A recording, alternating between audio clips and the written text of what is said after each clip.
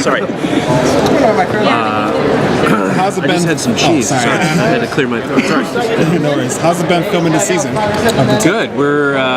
We finished sort of late July, and then immediately went to Comic-Con and then did a bunch of press. But the season was great fun. By the time we were done shooting the season, this is how I felt. You can contradict me if you want. I probably will. The way I felt by the end, I was like, oh, we're just kind of getting warmed up. I want to keep doing that. That's how I felt. Yeah, I felt that way too. Also, it was interesting, just based on storylines that are happening. You know, there's certain, like if you've seen the first six episodes, you'll notice that Brendan and I don't really have any scenes together. So, you know, as things go along, then you know, we didn't get to really know each other until the end, which has been fun. It's kind of been like that. You might work with someone for a month or two, and you're with them in every scene, and then you don't see them for a while. So, get like a Batman, Superman vibe between Overkill and American. I'm really hoping for something like that. That would be great. That would be great. Yeah. I would love to fight you. I would really. Let me rephrase. I would love to kill you. Yeah. I would let you enjoy your adorable fantasy of thinking that you actually were. Okay. We'll see. Getting somewhere with it. Yeah. It would be like, what's that thing where the guy holds the guy's head while he's just sort of like punching like this? Oh, is that? So you think you're gonna hold my? That would be me. Punching. Okay. And then once you wear yourself out, I'll just go like this. Oh. And then you'll go so far. I'm gonna send Ben Edlin a text and just see. Just tell him in person. Oh yeah, I think so. There. We'll talk about it. You know, we'll talk. Yeah. Copy that. How do you guys balance that line you have to walk with the comedy? So because as actors, I guess you have a director and producers where you just don't go too far, and then the show just turns into a joke. Right. It still keeps that clever satire tone to it. Yeah, the tone is the thing that I was most concerned about when we were starting, because it's a really tough line to walk, and I think mostly it just all comes from the scripts. The scripts do such a good job of laying out that tone, and also conversing with Ben is a really good way to do it too, because Ben, having a conversation with Ben is just a masterclass in tone and, you know, verbal and narrative zigzagging, that it's really fun. And every time I've had a conversation with Ben about anything involved with the show, I walk away like knowing the vibe and the tone of the show even better. And since, you know, most of the scripts come from him too, I think that's where it all starts. And then the directors are there to sort of like nudge you back, nudge you back and forth if you start to get a little bit too big or not big enough or a little too, you know, dramatic. Yeah, I agree with all of that. I don't like agreeing with you, but I do agree with all of that. Yeah, it was interesting because going into it, you didn't quite know the tone. Yeah, we were kind of, you know, if I may be so bold, we were all creating this tone because it's new and different. And Ben is a great resource. I feel like when I talk to Ben, I'll ask him a question, and he'll talk, and he'll do his zigzagging, and about 2 minutes into him talking, I've forgotten what the question was, and then at the end, somehow he brings it back and has answered the question. But as far as like finding the balance between the comedy, each character, you know, none of the characters know they're living in a comedy, you know, like especially for me, especially Overkill. I mean, Overkill is just driven by this anger and hatred, and so the more seriously you take the script, the funnier it is. I think as an actor, I think with every character, I mean, it's different. Like you've got opportunities to play with being a little more lighthearted.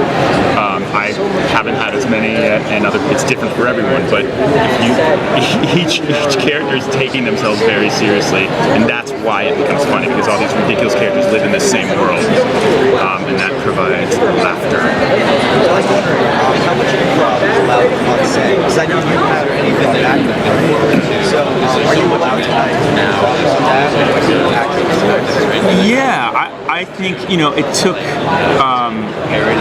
me a while to feel comfortable jumping into that, especially because, you know, I didn't write the script. The script is great, as with anything, I think anyone making any movie or TV show, you want to get what's on paper in the can at least once, so that the script is there. And I found that, you know, with Ben and David and Barry and whoever the director was, I would try some things here and there, and I think everyone tried some things, and we weren't met with much resistance. If it didn't work, they'd let you know. But it was, especially at the end of scenes, a lot of tags of scenes, we're able to kind of play with that. If they don't want to use it, they just cut right before it. But they, like I said, I was nervous at first, but once I started, they were very receptive and, seemed to accept it and have fun. And it makes it really fun. So, what was your guys' favorite scenes filming, and also, who do you like working with the most on the show? Awkward. That's that could cause some trouble, that question.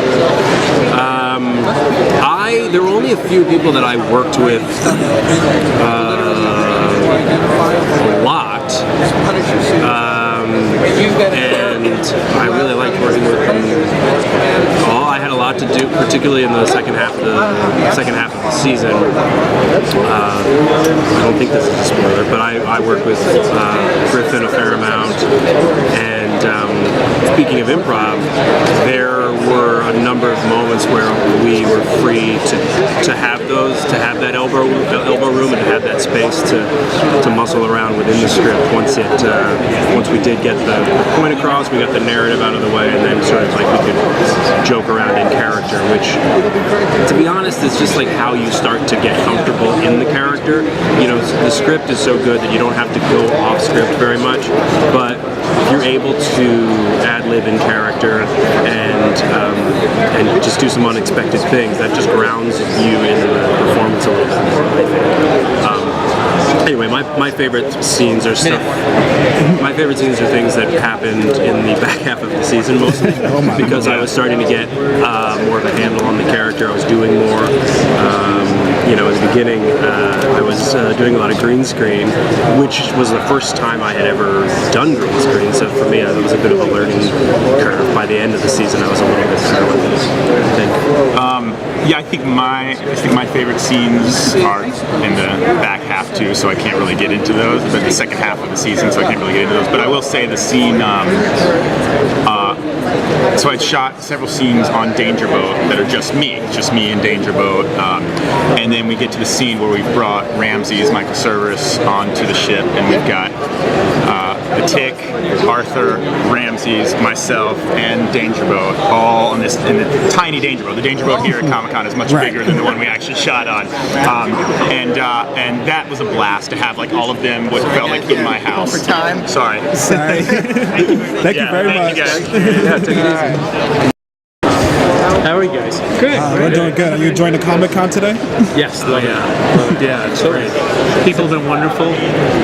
It's great. It's much calmer than the San Diego Comic-Con. Oh, it is. Trust me, it is. It's much more civilized. Well, it's good to come here and know you didn't screw up. Yeah, Exactly. People usually describe New York, but I grew up here. yeah, I grew up. I'm from New York as well, so it's a comfort. We're happy. Comfort zone here. So, when you guys are writing, the actors talk about the tone and how it's defined in the scripts. How do you guys kind of stay on track? And then when you're writing, maybe you go, well, maybe we're going too far over here, kind of steer it back. That's a lot of the debate that David and Ben have every episode they put together. Well, Ben was having a debate with himself before I came along when he did the pilot and went, "What have I done?" It is a very unique tone in that we are trying to thread the needle between sometimes, dark tragedy but silly comedy, and it's something that I think Ben can trust himself more with it now. I came from doing shows like Buffy the Vampire Slayer, where we did episodes that were extremely silly, but the show was always grounded. It was always emotionally grounded. We always tried to break people's hearts at the same time as a silly demon, would be. So I feel like, Ben and I have to, when we're talking, we want to push the envelope. We want the show to be true to what the Tick is, and the Tick can be very surreal. Certainly the animated show was. And we want it to be true to that, but at the same time, we don't want it to blow apart the idea of this being a grounded show. So we're right now I think we're slowly moving, as Ben actually said earlier, we're moving, the show will continually get a little bit crazier with every subsequent, because right now they're in a city with no superheroes. They have now made their mark. So what will, as time goes on, more crazy villains, more crazy, we'll start gravitating. Now they're going to hear, oh, there's a whole frontier, this city that had no superheroes. Oh, maybe we can plant a foot in there. So I think as time goes on, we'll be able to get close to being as surreal as the animated series, but still maintain a semblance of emotional truth. And I think that's really the tricky part. For me as the non-running producer, I love the unpredictability of the show and things that come up that you wouldn't expect. I think that's what they've been really cracking. And when you see the second half, I think they were great.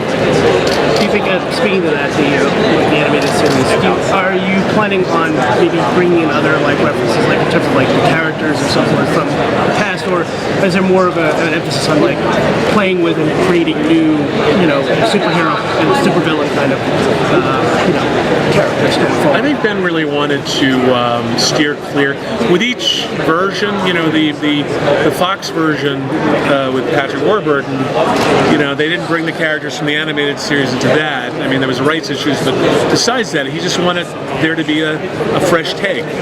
And by the same time, we're trying to do the same thing, but which isn't to say we might find opportunities for old favorites from the animated series or even the other live action series to make an appearance or at least be referenced, because we know there's an affection for that stuff, and we have the affection for that stuff. But we just don't want it to suddenly become I'm comparing this version to the other version. If we have Batman in this, is it going to be the same actor? Is it going to be different? And rather than do that, we'd like to kind of be treading, kind of paving our own way with this version of the Tick. But I would like to think that Chairface Chippendale will make an appearance somewhere. I would too. But I do think that that's exactly what their dedication is. I think that Ben, when he decided to do this new version, he wanted to be inventive. He wanted to create a new show. But he's very, very aware of what the fan base says and characters that he loves. That with the right amount of talking, with David, they'll hopefully manifest. I was just wondering, where did the decision come from to bring in this kind of director for scripts? It was interesting that I thought that Ben had such a great vision for the piece. There were nights when I thought to myself, maybe, not days, just nights, that I thought maybe Ben should direct it. But he was too consumed with rewriting and working on production and so on, and what would the series be. So it was a matter of finding somebody cinematic that could be an extension, for him, while he was perfect. Because he's a very good director, he'd done comedy, and he is a brilliant cinematographer. So where to put the camera, how to light, what did she look like, and superhero. Nobody could be better. So their first meeting was like watching a real partnership come together. So we were lucky. Thank you so much. Thanks so much. Thank you guys. We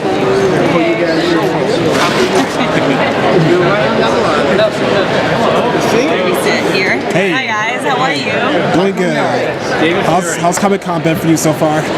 Fun. Good. It's always nice because we get to hang out. Everyone, the cast actually really likes each other, so it's nice. Nobody hates each other? Yeah, no.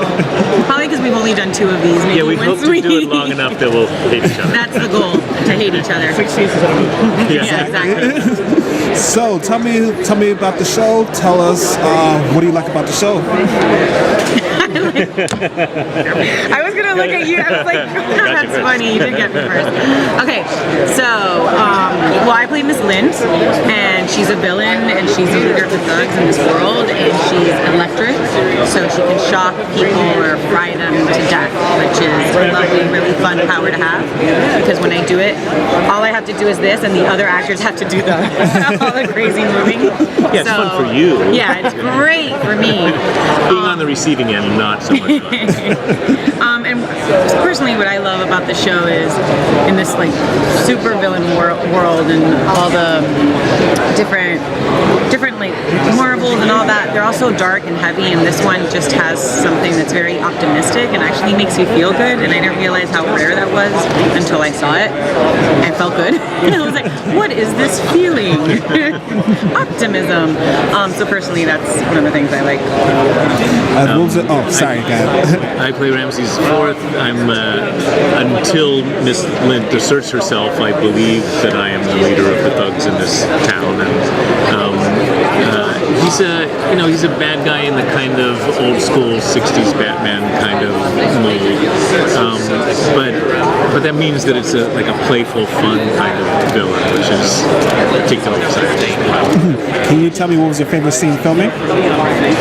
I think it was our first scene in the limousine for me. That was an awesome scene. Yeah. It's really funny. There's so many really funny one-liners. I did like having to electrocute the tick and have Peter just shake, Which after then I felt horrible because he took off the suit and he was like 20 pounds lighter because he had sweat so much. But before that, it was great. It was great for me. So Yara, when you play so much about Alpha House, why is that part of the Well, especially without, like now I kind of feel like I'm used to hearing about like Netflix and Amazon and Hulu and the streaming and just other friends that are actors, like it's known that they just give more creative freedom. But I remember when I did Alpha House, since it was one of the first Amazon series and the first thing that I had ever done, that even my agents were like, we don't know if you should do this because what's this going to turn out to be? But it just felt so different than anything I had done in the sense that they hired you, and whoever they hired us, even if you were just a director, a wardrobe, they allowed you to do the job that they hired you to do without having to dominate and feel like they knew more. It was more of a collaboration, and I had never felt that with a network. So for me, that's awesome. How do you both kind of stay within the framework of the show and not go over the top too much on the villain? Because it's very easy to kind of like that. Yeah. I definitely went over the top with the villain part. Definitely. I got the note to bring it down a lot. I think, when you have Ben on set with you all the time, he's really the kind of compass all the time. And but they did give us a fair amount of latitude to kind of explore and find out where those edges were, and I think that was the fun, especially in the beginning. Yeah. And it would change scene to scene and episode to episode, but there definitely was a sense of we'll know when we've gone too far and we'll know when we haven't gone far enough. And the best thing as an actor is being able to feel so much trust with the people who are in charge that you just put it all out there and they'll tell you when there's something different. I definitely felt taken care of. Like I knew I could play and they would bring me back, and that allows for a really wonderful sense of freedom. One thing that's really great so far in the series is you get to see like this whole like theater of life, history of their roommate / expert. And there's a lot. Are we going to see a lot more of that sort of additional sculpting and more for Ramses as well? You do see more of that, but you also see how her world is starting to change, or how her self-analyzation and realization of where she's at, what she's going to start to do with it. We see something of that kind of grounding. There's it's a little weird. There's less happening for Ramses. Yeah, it's a little more toasted. That's good. I like it. All right. Sorry, guys. Thank you. Thank you, guys. Thanks for coming out. Thank you, folks. Bye. Thank you. How are you? Wide awake. Oh, excellent. I'll work on that too. How's Comic-Con going for you today? Good. Just sort of rolling in. Had the panel. The panel was wonderful. A lot of really good support. Musical chairs. Full room. That's what you want to see. And we're happy people have seen it now, and people care. So I couldn't be more gratified. I guess I could, but we wouldn't want to see that. Exactly.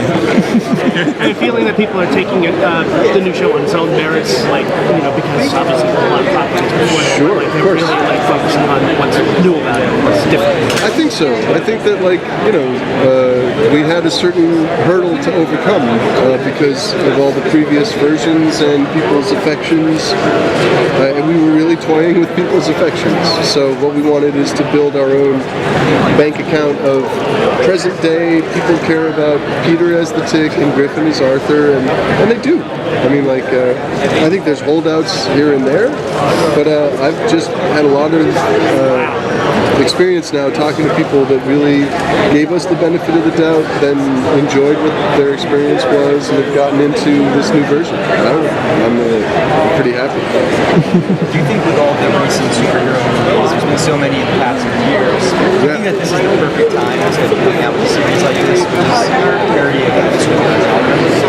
against I can't imagine, is it going to be more in 2 years or something? You'd be like, oh man, I should have waited.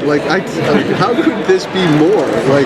How could there be more? And maybe there will be. I don't know. But this is a lot. So the level of superhero fluency, basically, that this culture has been forced to absorb, it just puts us in this great position where even if you've only seen superhero advertisements, like advertisements for products that have decided superheroes should be their mascots, you've learned more than you could probably pick up passively 15 years ago.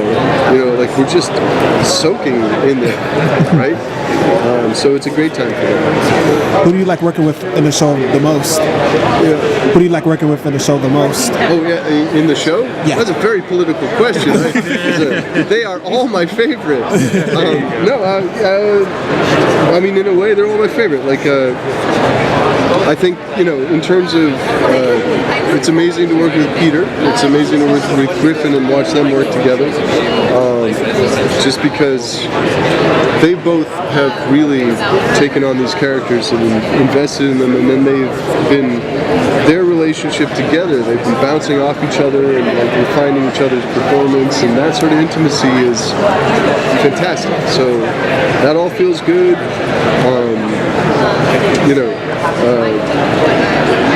Watching characters that didn't exist before kind of come into full being. So Overkill and Superior and Miss Lint.